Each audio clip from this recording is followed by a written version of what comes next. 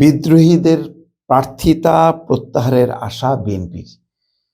বিপুল সংখ্যক বিএনপির প্রার্থী যারা বিএনপির নমিনেশন পায়নি, আনঅফিসিয়াল, স্বতন্ত্র বলা যায় বা বিদ্রোহী বলা যায়, কিন্তু তারা বিএনপির, তারা নির্বাচন করছেন কোথাও কোথাও দলীয় প্রার্থীর, যে অফিসিয়াল প্রার্থীর বিরুদ্ধে, অথবা শরিক যেই প্রার্থী আছেন তাদের বিপক্ষে তারা নির্বাচন করছেন। এতে বিএনপির মধ্যে একটা প্রতিক্রিয়া তৈরি হয়েছে, শরিকদের মধ্যে একটা প্রতিক্রিয়া হয়েছে।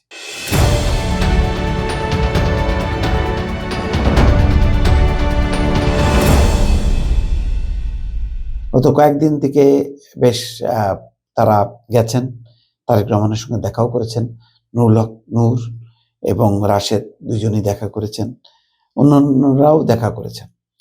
এর মধ্যে সম্ভবত সাদাত হোসেন সেলিম, লাকি এবং ববি হাজ্জাজ, যে তাদের বিপক্ষে বিএনপির কোনো বিদ্রোহী প্রার্থী নেই বা স্বতন্ত্র প্রার্থী নেই। এই দুইজন বাদে বাকিরা কিন্তু সবাই বিপদে আছে। সবচেয়ে বড় বিপদে আছে বিএনপির যারা একেবারে দলীয় প্রার্থী, তাদের বিপক্ষে এটা বলা যায় বিদ্রোহী প্রার্থী তারা। তো এখন তারা স্বতন্ত্র হিসেবে নমিনেশন সাবমিট করেছেন। নজরুল ইসলাম খান বলছেন যে দ্বাদশ জাতীয় সংসদ নির্বাচনে দলের সিদ্ধান্তের বাইরে যারা প্রার্থী হয়েছেন তাদের প্রার্থিতা প্রত্যাহারের আহ্বান জানানো হয়েছে। নির্ধারিত সময়ের মধ্যে তারা মনোনয়ন প্রত্যাহার না করলে দল তাদের বিরুদ্ধে কঠোর সাংগঠনিক ব্যবস্থা নেবে। তবে আশা করছেন যে এখনো সময় আছে, যে বিএনপির মতো বড় দলের যোগ্য প্রার্থী অনেকেই মনে করছেন দল তাকে মনোনীত করলে ভালো হতো, তাই তারা প্রার্থী হয়েছেন। তবে প্রত্যাহারের সময় এখনো শেষ হয়নি। আমরা আশা করছি তারা দলের সিদ্ধান্তের প্রতি শ্রদ্ধাশীল হয়ে মনোনয়ন প্রত্যাহার করবেন। অনেক জায়গা থেকে ইতিমধ্যে প্রত্যাহারের আমরা খবর পাচ্ছি। এর বাইরে কেউ থাকলে সাংগঠনিক ব্যবস্থা নেওয়া হবে। এর মধ্যে একরামুজ্জামান, আরেক সিরামিক্সের যে এমডি, তিনি কিন্তু প্রত্যাহার করেছেন। তিনি স্বতন্ত্র হিসেবে দাঁড়িয়েছিলেন, যদিও তার শেষ রাজনৈতিক অবস্থান ছিল তিনি জেলা বিএনপির উপদেষ্টা, কিন্তু তারপরেও তিনি বিএনপির একেবারে মানে খাস লোক বলা যায়। পরিস্থিতির শিকার হয়ে তিনি দল থেকে রিজাইন করে তিনি স্বতন্ত্র হিসেবে ইলেকশন করেছিলেন এবং বিপুল ভোটে জয়ী হয়েছিলেন। পরে তিনি আবার আওয়ামী লীগে জয়েন করেন।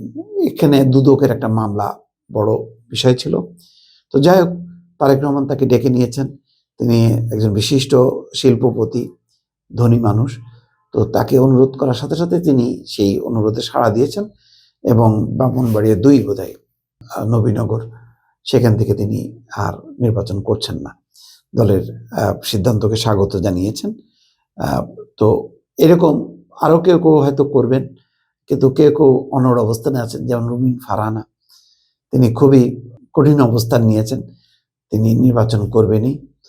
তিনি হয়তো নাও শুনতে পারেন, কিন্তু সেই সংখ্যাটা যতটা কমিয়ে আনা সম্ভব সেই লক্ষ্যে কাজ করছে বিএনপি, এবং তারেক রহমান নিজে ব্যক্তিগতভাবে কথা বলছেন এবং দলের নেতাদের মাধ্যমেও তিনি কথা বলছেন। হয়তো আশা করছেন যে হয়তো মিনিমাম সংখ্যক হয়তো ভোটের মাঠে থাকবে, তাতে কোনো সমস্যা হবে না। তবে এবারের নির্বাচনটা অত্যন্ত গুরুত্বপূর্ণ, কারণ জামাতের জোটের সাথে হাড্ডাহাড্ডি লড়াই হবে, এই আভাস পাওয়া যাচ্ছে।